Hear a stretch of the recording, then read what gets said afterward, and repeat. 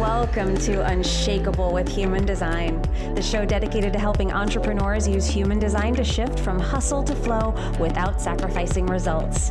Come here to become an unshakable human and build an unshakable business according to your human design. I'm your host, Nicole. Hello and welcome to Unshakable with Human Design, everyone. I'm your host, Nicole, and this is our last episode of 2023.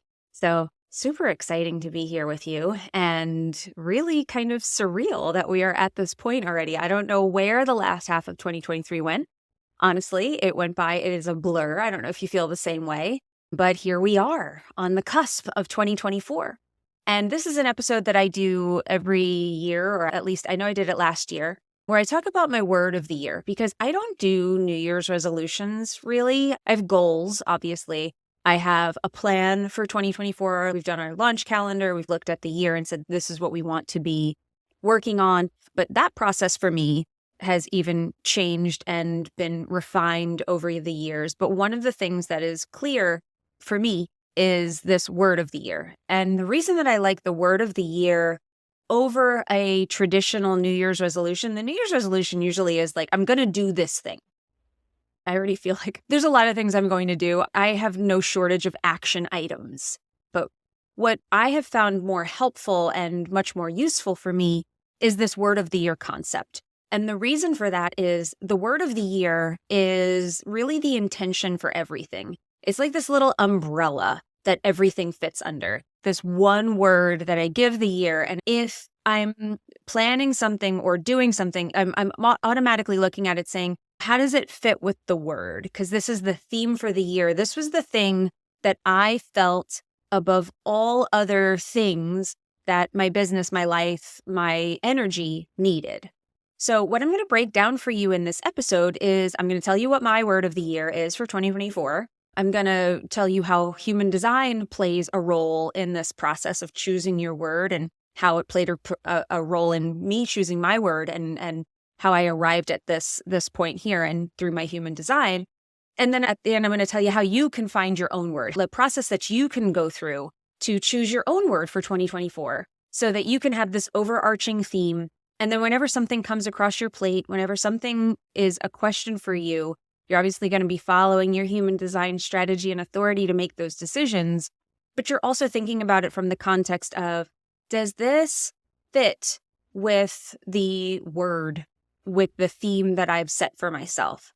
Is it on brand for this year is sort of a way to think about it. I think it'll become a lot clearer when I break down what my word is and how it works, and then I'm going to take you through the process of choosing your own. If you haven't run your human design chart, though, by the way, you can go to nicolelano.com/chart. That way, you know, as we're going through this, when I talk about being a 5/1, when I talk about being a manifesting generator, you know what all of that is and you know what you are so that you're able to follow along from those concepts as well. So let's dive in. My word for 2024 is, and I'm not going to say I agonized over it because I didn't, but there were lots of words that I could have thrown out and where I second guessed it. I was saying like, oh, should it be a word like this? And I kept coming back to no. I just had total and complete clarity about this, that the word for 2024 for me is optimize. Optimize is my word for 2024 because I've built a lot over the last 2 years. I've built a lot over the last several years, but definitely the last 2 years have been really heavy lifting. A lot of creation has been done. I've been diving into a lot of concepts. I have tried a lot of different things. And as a manifesting generator, I need to try a lot of things. My energy needs to play in lots of different spaces. And that's part of how I learn. It's part of how I navigate the world is by following what feels good to me in the moment. And as a 5/1, I needed to deepen my expertise. I needed to really become an expert. That one line really needs to be in place as a 5/1. I got certifications. I got several certifications in human design, business certification in human design, working with teams in human design. I have really gone to the depths of my knowledge in this world. I have put into practice what I've been doing, and I have tried different launch strategies. We rolled out the Human Design Lab membership We have the VIP tier to that I'm teaching. We have my mastermind. There's so much out there that we have been working on building and trying different things with that now it's time to optimize. And I felt this from a really deep place that this next year was not about building more new stuff. This next year was about refinement. It was about optimizing. It is about tweaking and refining what already exists, getting rid of anything that doesn't fit this core brand and business that I have built that I really feel is in alignment with the expertise that I deepened as a 5-1, all the things that I've tried. When you try lots of things, it makes it very clear which ones don't belong and which ones do. So everything fits under this word, under this theme of optimizing. So if I get a hankering in the middle of the year to go building something new, now if I'm really pulled to that from a sacral place and I have clarity on it through my emotional authority, I can move in that direction. I can do whatever I want. But does it serve this overall theme of optimizing, which is truly the phase that I feel like I am at, where 90% of my energy is going to be about refining what already exists rather than creating new things consistently, right? So what this means to me, optimizing, again, it's the umbrella that everything fits under.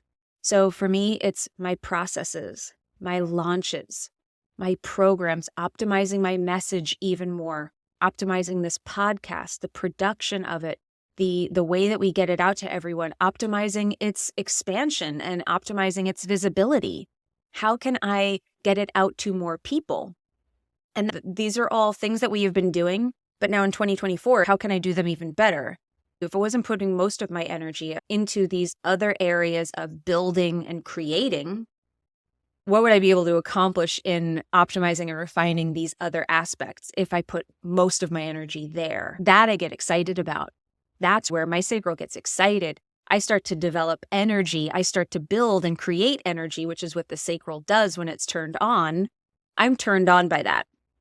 I am turned on by the idea of things getting better, of my clients getting even better results, of my podcast getting bigger and getting seen by more people or listened to by more of the right people, by creating those connections with people.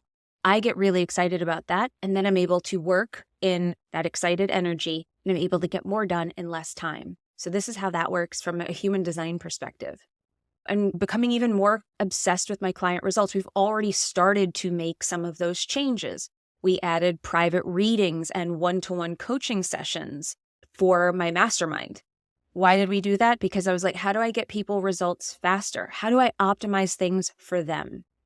And that might lead to a change down the road where we change it even more. But this is working right now. The big question was, how can I make this move so much faster for them? How can I deepen their connection to their human design faster? How can we get them into the business building optimization aspects of the funnel building that we do even faster? How can we get them there faster? And that was our answer to it, was there had to be more one-to-one time. So you see, optimizing doesn't all mean me spending less time. It means me spending more time doing the things that move the needle and really putting my energy into that. Now, optimize might not be the word that you would choose for this, but for me, that lets me know that when I start to move away from it, where it's more about me brute forcing or just creating from that needing to build place, that doesn't feel in alignment right now for me. We get to choose where our sacral energy gets tuned to. People can get a little bit sidetracked or misinformed with the sacral energy, like it's these signs from God that are pulling you exactly where you need to be. We have choice. We get to choose what we want. We get to put our thoughts, we get to put our intentions out there, and then sacral guides us to what we have energy for if you're a generator or a manifesting generator. As a projector, you get to choose where you want to go and what you want to be recognized for, and then invitations will guide you to the right actions and the right people that you need to take and be connected with in order to have that intention come out, in order for you to have success in that area. We do have choice. So this is my way of choosing, my way of tuning my sacral energy. This is what we're focusing on now. So let's get excited about this stuff. And if I'm not excited about it, then I can adjust. So I hope that's clear how you can use strategy and authority. Strategy and authority for us sacral beings, it's telling us, what do we have energy for? And I'm telling my body what I want to have energy for. I'm telling my body, this is where I want to go. I'm letting the universe know. This is where I'm setting my sights. This is what I desire to create for myself. And that's where visioning and everything else comes in, where I have big visions about what this could look like. And that's how my sacral gets excited about the right things to do, rather than pulling me all over God's green earth, spreading my energy all over the place. I've done that. I've experienced that. It's time to move on from that, right? So let's talk about how you can choose your word, because my word might be very, very different than yours. So this is the process that you can go through to choose your word for 2024. So the first thing that you do is go through a postmortem of 2023. What worked, what didn't, and why? What do you wish you could change? What do you wish was in place? What didn't feel good? What felt great that you want to do again? And go pretty deep here. We can do very surface level analysis of the past, and that leads to surface level results in the future. If you can look in the past, if you can look at what you've done, what you've created, and realize you don't need to throw the baby out with the bathwater, that there can be ways that you can shift and change things so that you're moving into 2024, taking the best of it with you and fixing whatever didn't feel good and what areas you needed to shift. It really, really helps so much. It's a nice time at the end of the year to be able to reflect on this stuff, because once the year starts, we get into that momentum again, and we forget to do these postmortems. We forget to say after the end of the launch, really what worked, what didn't, and why. Really what worked after this, what didn't, and why. In the moment, we're moving so fast toward things that we forget the past leaves clues. And this is a nice time of year to look at the entire year and say, what clues did this year leave me? And another thing that I like to ask at the end of the year is, where was your energy naturally turning in the fourth quarter? You might have felt like your energy was asking you for something, like, I really feel like I need a certain thing. For me, I had other words that came up. There's always the words like unstoppable and these power words that we can use. People will pick these words, and none of that felt right to me. Part of it was other people's voices coming up in my head being like, oh, it should be something like this. And then I kept coming back to it, and I was like, no, I feel like my energy all through Q4 was like optimize, optimize, optimize, optimize. That was the word my intuition kept kicking up to me. So did you have an intuitive kind of guidance, particularly toward the end of the year, that was saying, this is where we need to start charting our course for, right? So what did you feel? Did you feel anything like that in the last quarter of the year, that your energy was naturally begging you for something else? And are you giving yourself enough space, time, and energy to really allow what it is that you want to come in? We want to hit the ground running like gangbusters in 2024. Everybody wants to hit January running, and we can. But sometimes there's a fair amount of space and comfort that we need to create in our energy so that we can have the results that we really want to call in. Do you feel like you have the space to take things in, and you're incorporating that into this theme that you're setting for yourself? And that can certainly be part of the goals that you set for yourself for 2024. The last question that you can ask yourself is, what area do you feel needs the most attention right now? What is the area in your business that you feel needed attention, more energy, greater results? What wasn't working?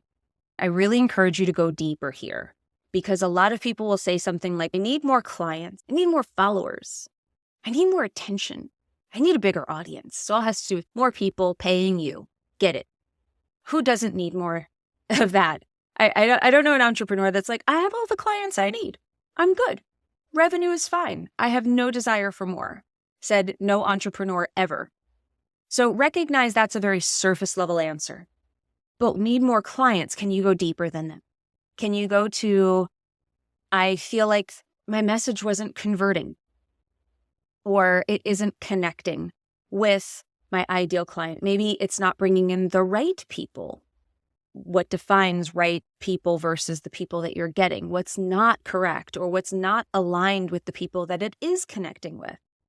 Are you finding that people are not converting, but they want to? Okay, well, you have to go deeper. You have to go deeper into exactly what is it about your message that's not working? What is it about not having enough clients? How is it that it's not working? Do you not have enough people reaching out? Do you not have enough people in the funnel? Or not enough people coming into your email list?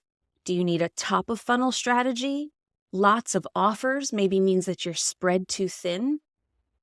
If you have people coming in, but they're not converting, or they're not coming over to the email list, you're getting some engagement, but not the level that you want. They're not coming over into your email list, into your workshops, into your launches. If that's the problem, then maybe it's the messaging that needs some help.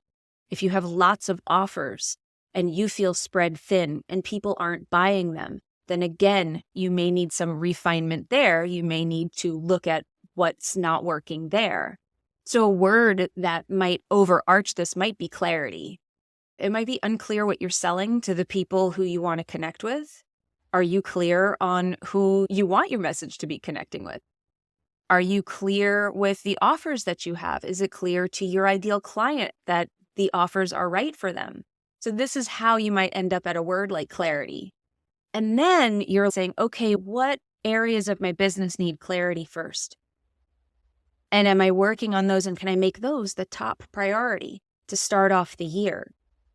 Can I make those the top priority to get clarity on? And it's not getting clarity in your mind, it's creating clarity in your business. Because when I say clarity of message, the clarity of your message is totally determined by, can people understand it?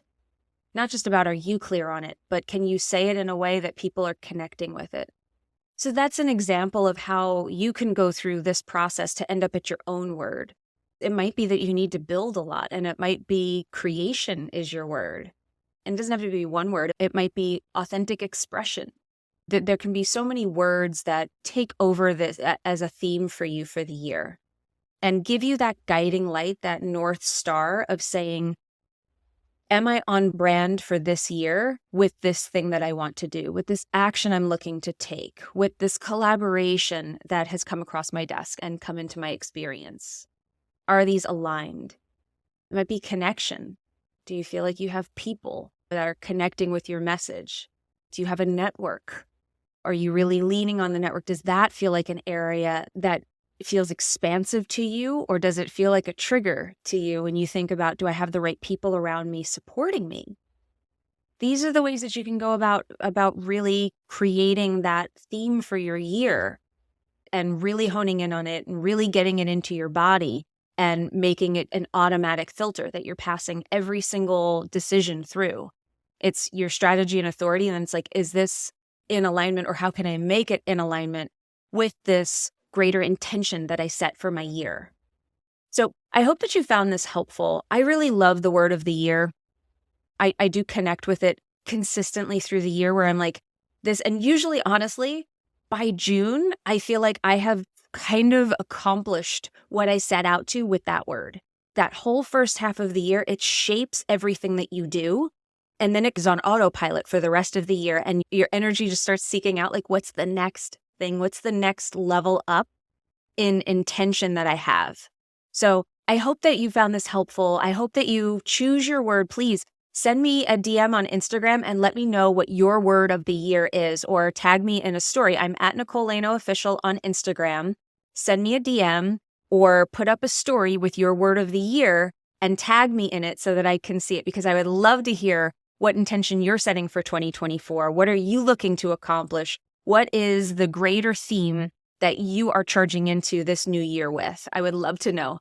Thank you from the bottom of my heart for being a listener to this show, for listening to this episode. I'm wishing you the happiest holiday season, the most beautiful new year. Thank you for being here and being part of this Unshakable with Human Design family. And remember, in order to have an unshakable business, you must first become an unshakable human. So thanks for letting us help you on your journey of becoming unshakable with human design, everyone. We will see you next time. See you next year.